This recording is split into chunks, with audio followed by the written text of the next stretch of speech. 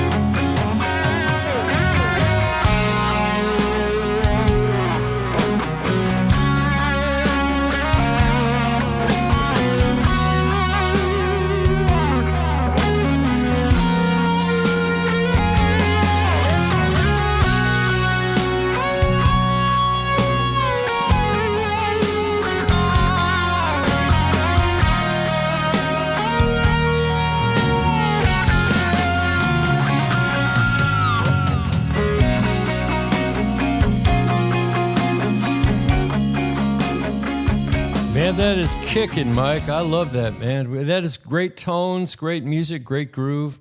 And thank you for sharing that. You know, folks, I met Mike years and years ago, and we've been friends for 20-some years. It's just... At least. Yeah, well, he had long hair when I met him. In fact, I might have had some, too.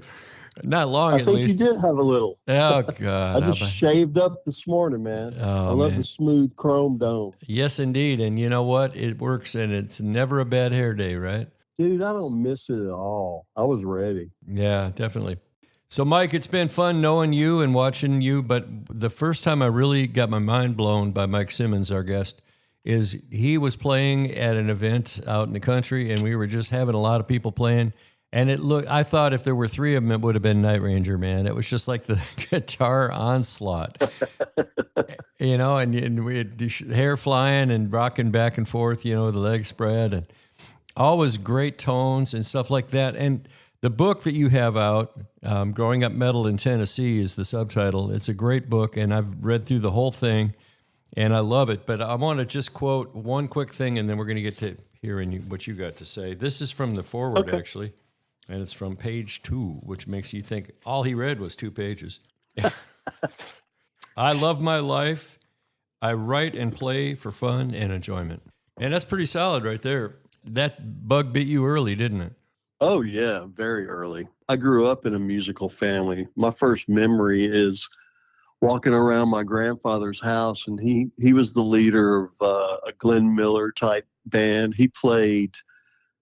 drums were his love, but he played stand-up bass, clarinet, saxophone. He could play anything, and he charted all the music. And he was a band leader. Some weekends in the late 50s and early 60s, he might have 3 bands playing at 3 different locations. Wow.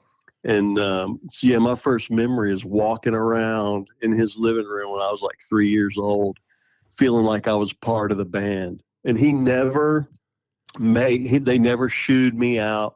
He was my ride or die, man. Pawpaw Bates, Jack Bates. And he always encouraged us. He was a big part of when Paulie and I, my brother Paulie, got our instruments, like I was 13 by then when I got my first real electric guitar and amp. He helped bankroll that operation. I found out later. Oh, man. And yeah, he was just a solid, strong male influence for me. And just the music came from him. And I never knew that I would be a player when I was a kid, especially that young. But that happened the first time I heard Sgt. Pepper. I think I was 9 then. Mm-hmm. And I knew when I heard that sound, you know, that first song when that guitar, I was like, what is that? And I just have chased that ever since. Oh, man. I can only imagine. And, you know, I think there's something that I've heard in many of our guests' conversations on Count It Off is that it's that family surrounding that encourages you, that does something for you that you can't get when you're just in a vacuum. Do you agree? Yes. Oh, I agree 100%. And, you know, that song Brothers is a reflection of what it was like to be one of 3 brothers, and we all played music together eventually. Our youngest brother, Jamie, Paulie was 2 years younger than me, the drummer, and then Jamie, the bass player, was 6 years younger than me. So it took a while for him to come on board. But, man, once we got him on board, there was nothing like playing with my brothers. And our family, you know, our dad was always so proud. And Mom, she was a musician too. She sang in Papa's band when she was young. And she ended up eventually becoming Tom T. Hall's manager. Wow, small town, yeah.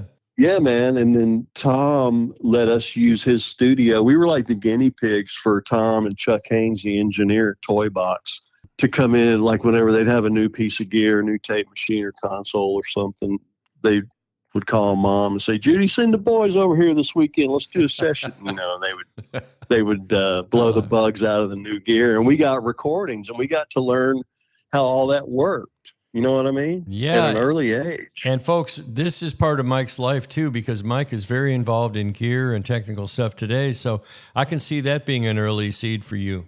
Oh, definitely. It all comes full circle. So the mystery of like overdubbing and how tape worked and the tracks and the consoles and then the gear, it was always, you know, there, and I understood it. It wasn't until much later, after Kurt Cobain ruined our record deal, Oh, no. that I had to get a real job, and I got involved in pro audio rentals. I didn't even know pro audio rentals were a thing, but I got involved in that in the early 90s, and off and on, I've been doing it ever since. Well, that's been a great thing for you. And that's actually probably what you were doing when I first met you, because I remember seeing that white underground sound truck over there between 16th and 17th. Yes. Yeah. Underground Sound was the biggest pro audio rental company in the eastern United States in the 90s, for sure. Wow. Yeah. Well, let's get to that in a minute. I want to jump right ahead. Yeah. You know, your book talks about your life and your influences and your desire to play guitar. And now you've told us about your family giving you that kind of that boot up there. And you know, when Grandpa needs to lift you up to get into the booster seat at the dining room table, but you find out you're sitting with the grown-ups. And that's right. Yeah. So what brought you to heading out west? I mean, I know that was one of my favorite parts of the book.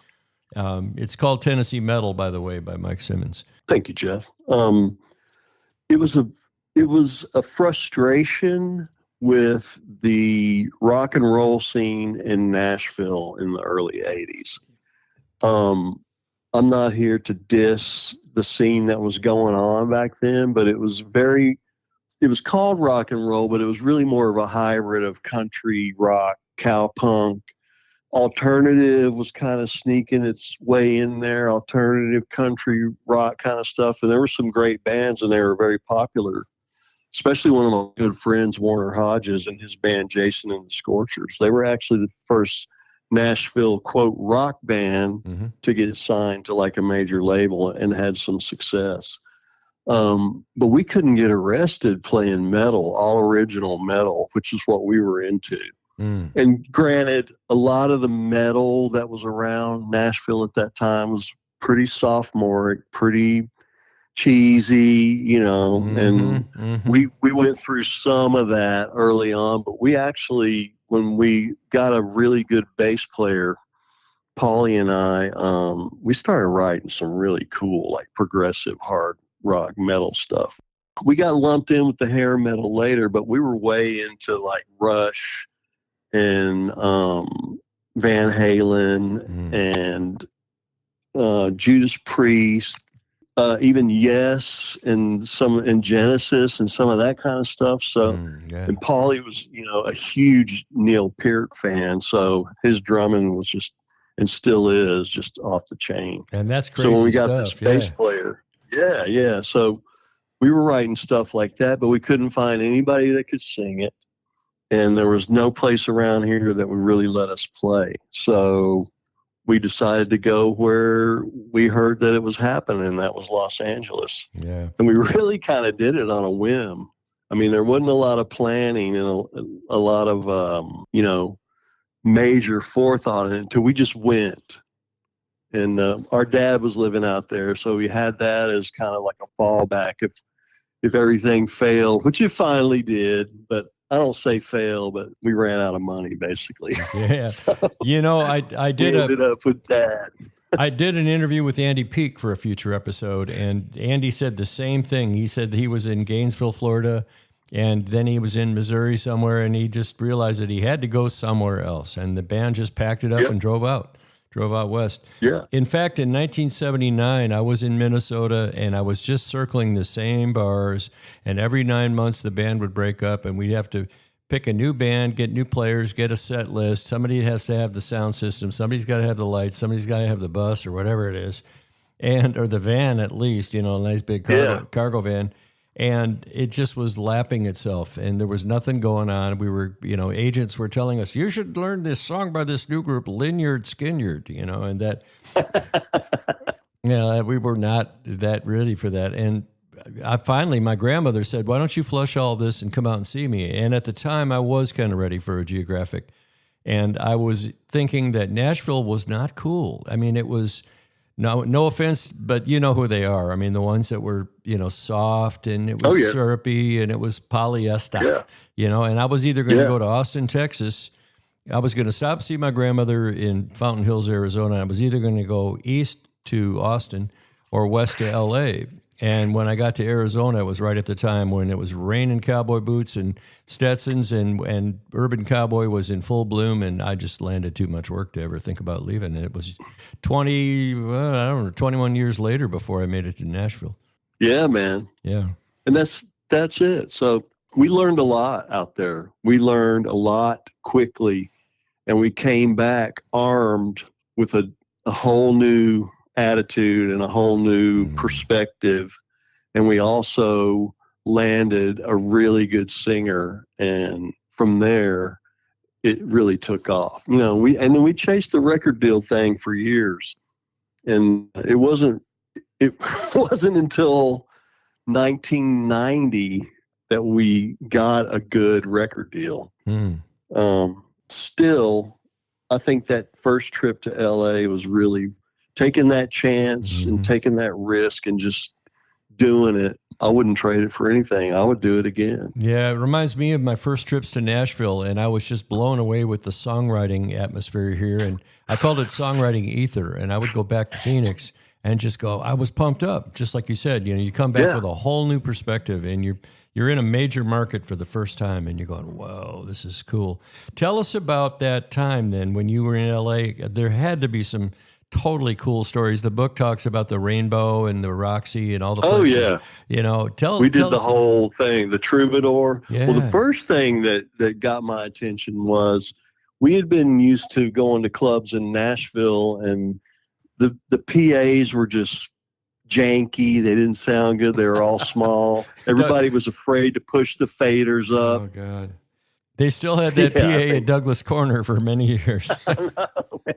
We go to the Troubadour the first night, the first weekend we're out there, and the PAs were like concert PA systems. And they were loud and they were powerful, and the bands were professional, and it was just like boom, boom, boom. And you could tell that production was on point. So that was one of the first things that blew me away. Mm-hmm. And then just like when we would go to the Rainbow afterwards and start networking, back then, this was 1983, everybody was cool, man. And we got invited to parties. We hung out with some of the bands that played at some of the clubs that we went to. And they would come. We had a rehearsal room, and we were trying to audition singers there. And that was the only thing. We thought we were going to go to L.A. and find Dio or Bruce Dickinson, the guy that sings for Iron Maiden. And those guys don't grow on trees, man. Yeah. And the scene that was there was a little more hair metal than what we were looking for. But we had a great time. We had so much fun. And we learned, again, a lot just by watching how the production was done, how a professional show was run in a club, because what we'd experienced mostly up until that time was just like high school. And this was like college, or this was like, going from AAA ball to the major leagues. Yeah, this is pro league. Yeah. I know that your man on guitar, it was and is Eddie Van Halen. And folks, if you're ever in Nashville, you want to find Mike, just drive around till you see the EVH paint job on the door of a building. That's him. But I understand that because he blew everybody's minds when Eruption came out. Oh, man. And I got to see him on his first tour, and I had no idea who he was until the night I saw him. Wow. And that's in the book. That experience was a life-changing experience. There were guitar players that were there that night that probably quit. Just like poor guys.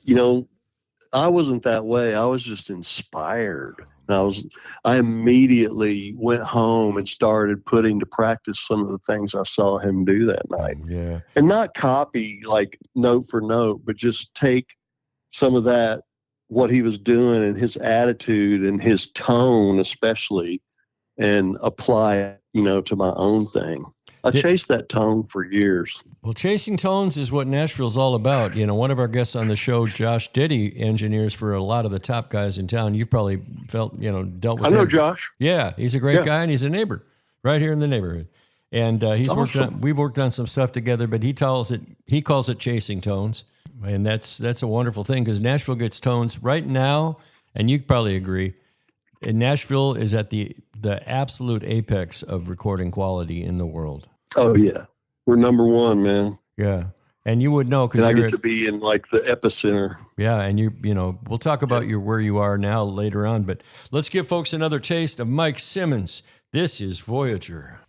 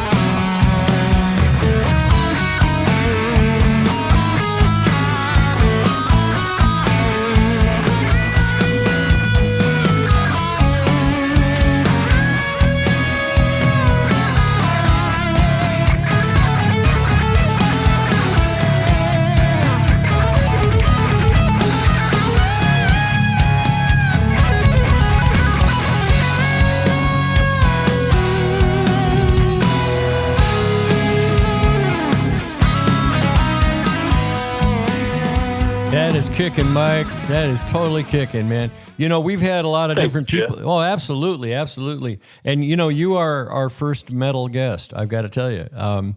We've had everything from, you know, cowboys and bluegrassers and, you know, jazz guys and all sorts of people, guitar techs and whatnot, but you are our first metal guest, and I ain't scared. Paulie sent me those drums from Norway, man. I love those drums he did on these 3 instrumentals I sent you. Oh, man. Yeah, I did all the basic tracks. In Logic, I did a little drum track just to build the song with. Mm-hmm. Then I sent him the files without drums, and he put the drums down for me. Is that where he lives now? No, he's back, but he did then. I did these back a year and a half ago or so. He was going to stay there, but McBride made him an offer he couldn't refuse to come back. Yeah. Well, I enjoyed seeing him when I was over there working that most recent time. It was really a lot of fun. He's a great guy, just like you. Well, yeah. So Mike Simmonz, Los Angeles long-haired rocker, and I know that the heroes that you mentioned were mostly 70s guys, and so when you guys were there in 83, it was kind of evolving, and Yes had taken on a new kind of a polished thing, and a lot of the guys were gone, Wakeman and et cetera. And so things were changing, and Genesis had evolved, and the age of those guys, 70s. I was wanting to ask you that. I forget me having planned questions because they come to me like squirrels, going, "Hey, squirrel, did you ever get a chance to hang around Lukather at all and see the early Toto days?" No, and I wish I could have, because I loved his playing. And I knew he was kind of like a secret weapon in Toto that a lot of people probably weren't aware of until later, but except for players. But he's one of my favorites. I love his book, too. His audio book's so great. He reads it himself. So good. I can only imagine.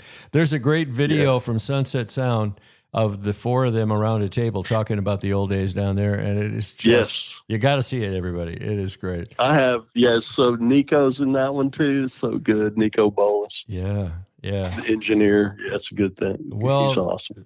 So great inspiration, great stuff. What happened after you came back to somewhere after LA? You didn't just live there forever. So no, we definitely came back to Nashville. We went to LA twice. Once in 83. Came back to Nashville and formed our band Simmonz with our little brother Jamie on bass and Mike Easlow, one of my favorite vocalists of all time, on vocals. And we quickly became the #1 metal band in Nashville, and we're really kicking. And I think we were getting really close to a record deal. It was great for about a year, and then differences of opinion on the direction of the band. Easlow quit.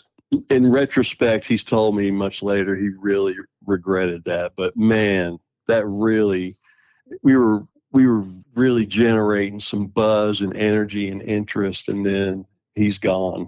So we go back to LA again, and we stayed there for a while until I got an offer to come back and play on a session with a producer named Brad Shapiro. By 1984, metal that had exploded. It was like the #1 thing on the charts at that time, with Quiet Riot, Come On Feel the Noise, and Def Leppard, Pyromania. And Quiet Riot had that hit with Slade's song, Come On Feel the Noise. So Brad Shapiro, who was the original producer of I Gotcha, remember that one? Yeah. Joe Tex? Yeah. He wanted to remake that metal. And Easlow was on that session. We made up. And they flew me back to play on that session, and that was supposed to get us a big record deal. Well, guess what? It didn't. Curse is foiled again. No, we moved back, and we just kept pursuing it. We got management, and we started another band called The Stand and got a deal on Carlisle Records, which was a local independent label. And their whole plan was to shop us to major labels, to groom us, which they did. And we eventually got signed to Marlboro Records, if you can believe it, out of Germany in 1990. But they had major label distribution. And we got a really great singer from Memphis to come in. We butted heads on the songwriting, direction, and everything. But I kind of just took a back seat at that point, because my way of pushing like the hard, heavy rock, which in retrospect, if we would have followed in the shoes of like Metallica or something, might have been the way to go. But instead, we went more towards the funk rock kind of thing with this band called Passion Temple. I hated that name. Mm. That was a label. That's when you let labels start making decisions for you, people, you're screwed.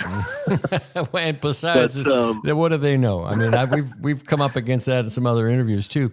My gosh, man. Speaking of the late 80s in hair bands and stuff, when I was in Phoenix, there was a band there doing really well called Flotsam and Jetsam. Did you ever run into those guys? Oh, yeah. I love those guys. Yeah. And Jason, the bass player that went on to be in Metallica, I've met him and hung with him a few times. He's a great guy. Fun thing for me is that I know Kelly Smith, their drummer, and he had been with them forever. We're pretty tight. We have a great history.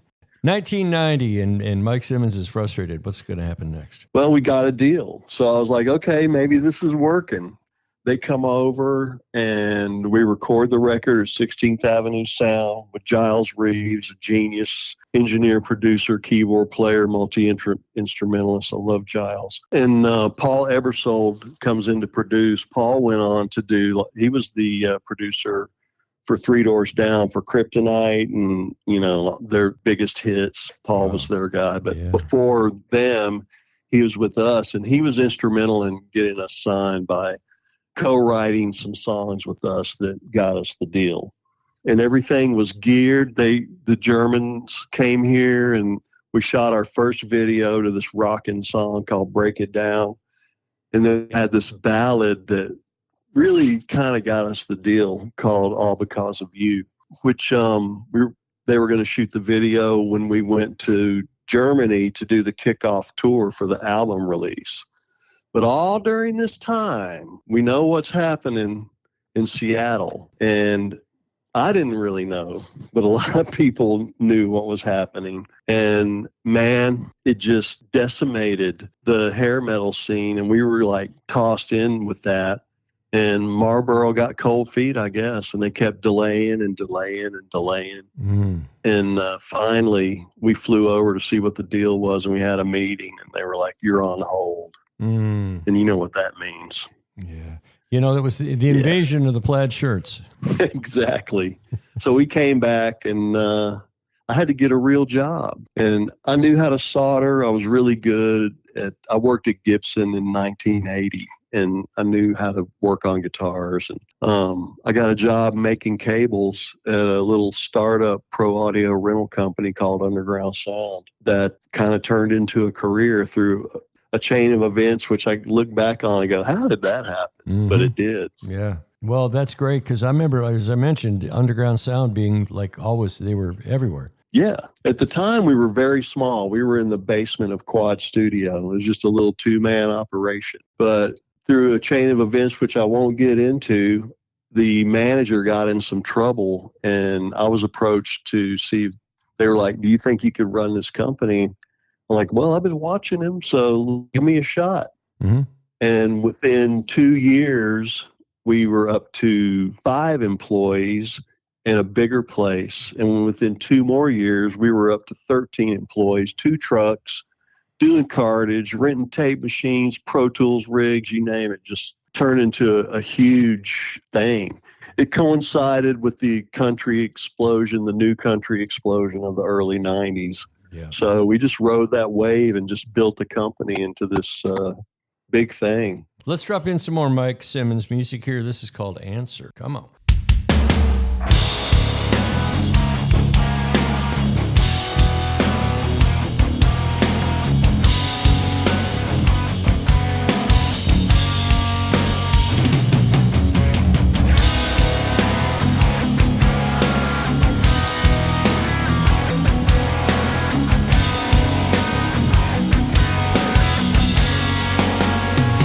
Yeah, I remember you were just 18.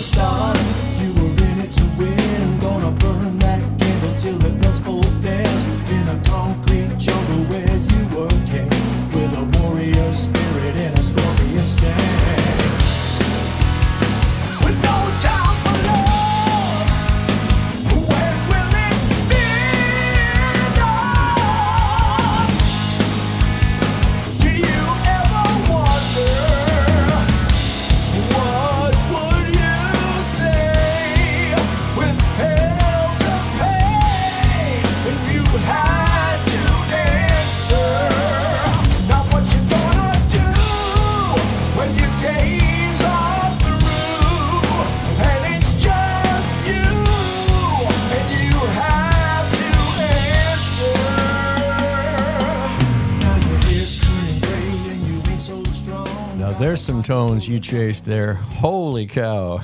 That's great, man. I love the low end on that. You guys went to school on Mutt Lange, I think, a little bit. Thank you, man. That's all Paulie and Tony's bass. That's just huge. Yeah, that is tremendous. You know, for a bit there, it sounded like the guy that sang harmony. Michael Anthony, yeah. Yeah. Sounded like Chickenfoot a little bit, you know, that whole thing. Yeah, Charlie's incredible vocalist. I love that guy. Yeah, that's cool. That's our band, Light in the Black. We still are going right now. That's current. Cool. Where can people find that? Yeah, that stuff is going to be on Apple Music. Probably, we've got one more song to finish, so I'd say in the next month or two. Mm-hmm. But there's all kinds of stuff at Mike Simmonz with a Z on the end on YouTube. There's demos of some of that new stuff and a bunch of videos and stuff. That's great. Well, I know you were busy like we all were during COVID. We had nothing to do, and you were laying it down. And on Instagram, too, you had a bunch of stuff where you're just sitting at the house and tearing into the guitar and raking the strings on a hockey stick. You know, that's what we used to call those things with the, you know, right angle. It looked like a war weapon in China back in the 1200s. I had to do something, man. I know you're like me, Jeff. I have to play every day. I mean, guitar playing is just it's part of my life. It's part of my creative flow and my daily routine. And I love electric guitar so much, man. I can't even put it into words. It's literally saved my life on many occasions. Wow. You know, having the electric guitar, it's like another brother. You know what I mean? I was on stage with Glenn Campbell. I used to play with him for years. People know that, I think. I know. And he pulled me up to the front one time and he said, "Jeff, why did you get into music?" And I said, "Well, I pretty much just had to. I've had that bug since I was a kid." And he's going, "Oh, okay." You know, he sent me back to my spot. And afterwards, I went up to him after the show and I said, "I think what I should have said was because I wanted to meet a lot of girls." He probably was expecting that. He said, "No, your answer was better. I'm glad you said what you said." Because, you know, that does happen a little bit. You're like the lead player, man. You're the guy that, you know, the girls are like, "Wow, he's so good. He's got all that hair." Well, that changes after a while, but the passion doesn't change at all. I can hear it in your voice. I can hear it in your playing. No. Yeah. It's just part of it. Part of me, man. And you know, too bad that Facebook took down a lot of our live videos after they realized how much they were banking in terms of storage. But I know there's a lot of stuff out there that was out there anyway that you can probably still find on your YouTube, right? Yeah, I put a lot of it on my YouTube, and it's easy. Can't remember the YouTube, just remember MikeSimmonz.com. Mike Simmonz with a Z on the end. I put the Z on there because there's a few other Mike Simmonzes out there. Mm-hmm. This made it easy. Yeah. Plus the Z makes it metal. Yes, indeed. And you're not related to Gene Simmons. I get it. You guys had that. I remember when I was reading through your book, Tennessee Metal is the name of the book, Growing Up Metal in the Country Music Capital by Mike Simmonz with a Z. That, you know, Kiss was one of those anathemas for all the bands, weren't they? Oh, yeah. I went through a Kiss phase like probably every kid that was 13 at that time. Mm-hmm. I describe it in the book. When we went to Portugal, I didn't even know who Kiss was. And I pulled Kiss Alive, the album, out of the bin. And immediately it was like a magic draw, a magic power, just like fangs got into me and my brother both. And we just stood there with our mouths open, looking at that album cover going, "What is that?"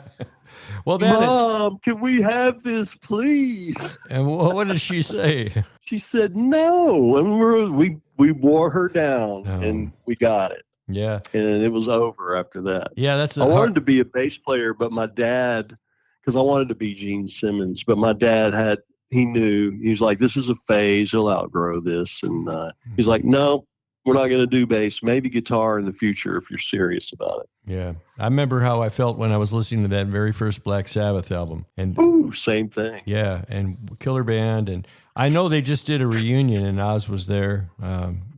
Their last show. Yeah. That's great that they go out on a high note like that. Yeah. It was an interesting thing. I think it was one of the best heavy metal, like all day concerts I've ever seen. It was cool. Yeah, definitely. I mean, we all know Ozzy his health is in decline and his voice may not be what it once was, but just the respect that was shown to him, and the reverence that all the bands showed. I really thought that was special, man. Well, that's cool. And we're talking with Mike Simmonz, if you haven't figured it out yet. And I just adore this guy. I love his vibe. I love his passion for what he does. And it is different for Nashville. I mean, metal in Nashville is still a little bit not quite down the pipe, is it? Oh, yeah. It's still, I mean, it's more accepted than it's ever been, but it's still not what you think of when you think of Nashville, and with good reason. I get it, but I just happen to have been born here, and I happen to have heard Smoke on the Water when I was 11 years old, and that was way more. Richie Blackmore he was my first hero. Him and Eddie both stand in very high regard to me, but I took a different path, so I have as much right to play my music here in Nashville as anybody else. But yeah, I get it, Yeah, whatever bug Tom T. bites Hall first. set me down one time. Yeah, he said, "Look, I know you like rock and roll," but he was one of the ones too that kind of made us think about going to LA. But he goes, "It's not going to happen here, Michael." He goes, "You guys need to get a plan together." He should know.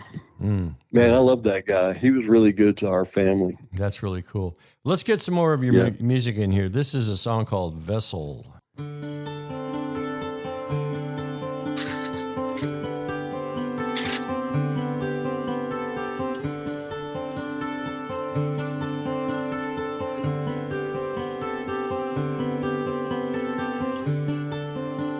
The quest for us to find the meaning of our lives from the darkness. It'll have to wait till the morning.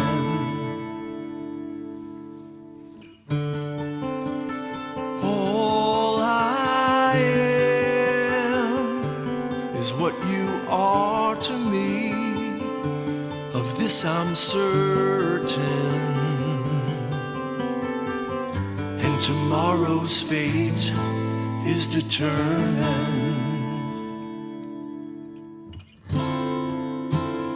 Here I stand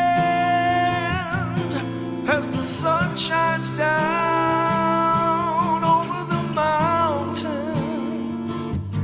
Just a man doing all I can. I am here for you, and I'll be working until you call me home.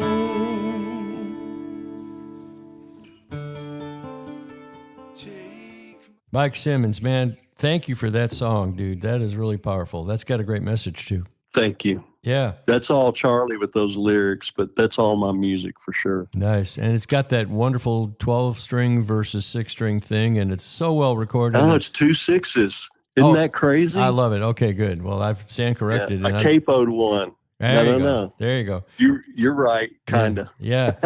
Well, that's the way we do it here in Nashville. And I want to let folks know that Mike is now the audio rentals manager at the world's best, well, maybe Nashville's best, maybe the world's best studio called Blackbird. That's the world's. Yeah. I got no problem with that. I'm sure John doesn't either. Yeah, it's owned by John McBride and his wife, Martina McBride, who you might have heard of. She's on her way up. And you guys have just a ridiculous collection of cool gear, the best gear, and some vintage stuff. And working in that department all the time and just moving throughout. How many there's 7 studios in Blackbird, something like that? 7 kind of major rooms, and there's even some small overdub rooms. But 2 big tracking rooms, 2 Atmos rooms, and then 3 kind of medium size. You could actually do some drums in the other 3, and then maybe 1 or 2 more just vocal overdub little rooms or little Pro Tools rooms. Well, I know that John, I mean, you've told me about his collecting habit that he's had forever, and you put up a picture one day, you got all kinds of amps out in the big room and you were taking pictures of it. And I was like, this is porno, Man, this is great. Oh, yeah. I love it. And, there's something of everything on there. Being that you have access to so much of that, first of all, do you have a favorite guitar rig? If you could take your hockey stick and plug it into any of those amps and whatever else? Well, my favorite is the 1969 Marshall 100-watt Super Lead. And then when you crank that sucker up, it's Van Halen all day. You can't really stand in the room with it, but we have these big doors you can close and you can throw microphones on it. It is so good. Then we have two. One's a deluxe and one's a Vibrolux. They're like 57 Fender, just like 110 little combos. Dude, those things sound so good. Yeah. They are just so good. And you put some pedals on, you can get anything out of those things. We were, Andy Peake and I were talking about his upcoming episode, and he let me play a song that I had played on his first record. And I said, oh, that tone. I said, that was that 1953 wide panel deluxe with the original Jensen 12 in it. And there's just nothing like that old Tweed sound. Yeah, man. Yeah. There isn't. Yeah. Marshalls are all based on all that Leo Fender circuitry. So even the Marshalls kind of come from that, I know they changed later, but the JTM 45 is basically a Bassman. And Leo's my favorite inventor of all time. Yeah. Well, he set the world right. I mean, he did so many things that, have never been repeated, and we all go back to. We all borrow on those samples. Dude, he knocked it out of the park from the get-go. The late 40s, the Telecaster, the precision bass, and those amps. What more do you want? And then the Strat and the jazz bass, and it was all over. Yeah, yeah. And the prices on those things are going up, up, up, thanks to people like John with unlimited funds to buy it all out of the world. What's John's favorite rig? I also he wants the musicians to have everything they possibly could think of. So he doesn't really have a favorite guitar rig, but he does love that. He does love that same Marshall that I'm talking about. Yeah. And he loves all those Fender amps. He's a big Vox fan too. He's got some old Vox AC30s, one that was Brian May's. Wow. And he loves those as well. We were playing the South Island in New Zealand on a tour with Glenn Campbell, and there was a club there that had a band, and they invited us to sit in, let Glenn's band sit in. And the guitar player had two Top Boost AC30s. And I was like, and I'm playing through that with a Strat, and I'm going, this is amazing. It's a whole nother world, man. Oh, it really is. I got to play Brian May's rig when he was in town. I got to play his guitar. Wow. He handed me the 6-pence coin that he uses. Yes. And I got to play through his rig. It's so fun, man. Oh, he's such a sweet guy. That's so cool. And I know he's been around Nashville quite a bit in the last few years, hasn't he? Yeah, he's a good man. Yeah. They're all those guys. Well, they do come around. Well, John will make, or Mike, rather, will make all of that equipment available to you if you want to book a session at Blackbird. You can have anything from the obscene collection of snare drums. How many snare drums has John got now? Over 50. Ah. And over 40 kits. Man. And you don't have to do it at the studio. If you can just rent the gear from me. That's mostly what I do. Rolf will book you the studio, and you get any of the gear you want with your session at the studio to a point. And then, but the Pro Audio Rental division is we make that gear available to everyone. And you've done that for me. I appreciate that. You gave me a great vocal chain with a great mic and compressor and all that preamp. And Rolf is a great guy. He's easy to work with. I love being at Blackbird. I just can't afford it. That's a habit I can't. Oh, I know. I can't either. Well, that's terrific. Mike, thank you so much for being with us today. And, it's been a blast talking to you. I want to let folks know, too, that Mike has a wonderful spiritual side to him that he hasn't really talked about a whole lot, but there's somewhat of a mission in what you're doing these days, isn't there? Oh, yes, definitely. I'm all about helping people who want to recover from anything that is bringing them down. Yeah. And anybody who knows me or even if you don't know, if you reach out to me online or whatever, I talk more one-on-one about that with anyone. I've been doing it for quite a while, and it's a great way of life, this way of a spiritual path. Yeah, man. That I've found. I love it. Lost dreams awaken, new possibilities arise. Absolutely. Just for today, brother. That's it. Yeah. Well, everybody, thank you again, Mike Simmonz, and thanks for sharing your expertise with us, your cool guitar playing, your wonderful songs, your awesome career that you've talked about. And I'd love to talk another hour with you, but we're kind of constrained on time. So I'm just going to ask you to just do us one more favor. All you got to do is say, bye-bye. Bye-bye. Bye, everybody. Hey, baby. Thanks for joining us, and we hope you enjoyed this show. We invite you to check out all the other episodes and share this channel with all of your friends. Until next time, peace.